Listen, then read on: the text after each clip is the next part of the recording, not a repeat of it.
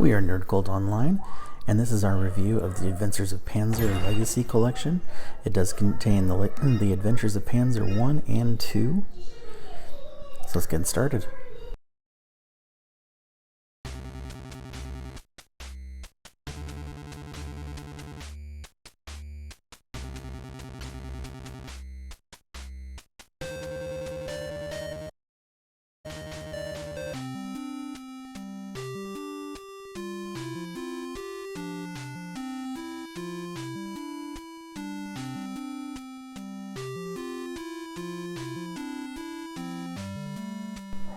Visually, the game looks exactly like so many games I remember playing that came from the Nintendo Entertainment System from way back in the 80s.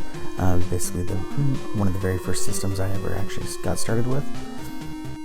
And I'd actually learned through this review process that the game was, at least the first one, was actually had a physical release that could play inside NES systems, and pretty much the entire gameplay, everything just feels exactly like those old vintage games played, and with the somewhat sticky controls, kind of some rigidity, less fluidity in your movement and your controls, but that just brings back just so much of the nostalgia for this type of gameplay. But what really threw me off is, with everything in the game looking and feeling like something from the 80s, the dialogue itself, reading it looks and feels like you're talking to other players from like World of Warcraft or something like that. And the merger of these two kind of worlds really surprised me, and I think it really actually elevated the game just with that alone. And so, like, as I'm playing, with classic Nintendo games, a lot of them had really a high learning curve and high difficulty. And so, playing games like this, it definitely brought that back, but bringing in a lot of humor into the dialogue overall made the experience really great, and definitely a lot of fun and well worth the time and cost.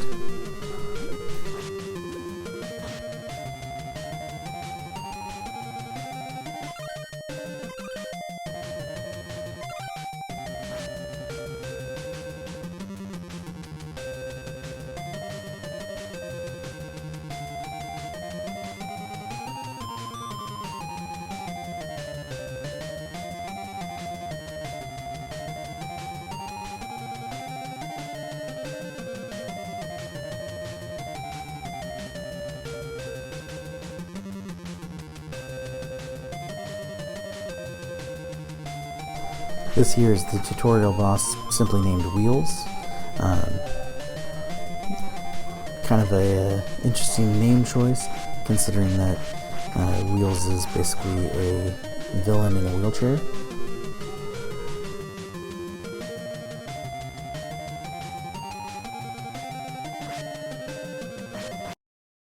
Now, going into Panzer 2, the gameplay story takes place exactly a year after the first Panzer game, but it definitely still captures the same kind of overall style, gameplay, world that the first title did. And so definitely continues to bring back those nostalgic feelings, and honestly, the sequels felt just as enjoyable as the original, but you get to experience other characters a lot earlier than you do in the first game, and I think those new characters definitely help enhance the early gameplay.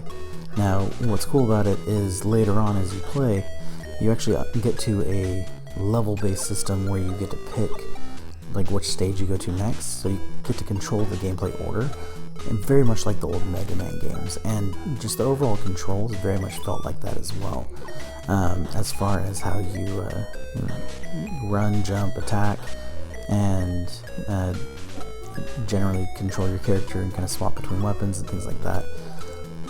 And it was something I actually really enjoyed, because at first glance, when I saw it, it looked to me very much like old classic Mega Man games, and anything that really captures that same feel, I think is going to be a great game in the end.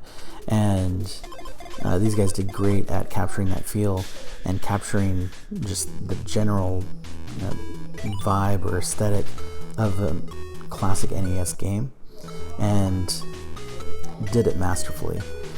Overall, both games were a lot of fun, well worth picking up and playing, and I genuinely hope that they actually come out with a Adventures of Panzer 3, maybe in a second Legacy collection, something like that. But definitely worth giving it a try and checking out. Until next time, catch you guys later.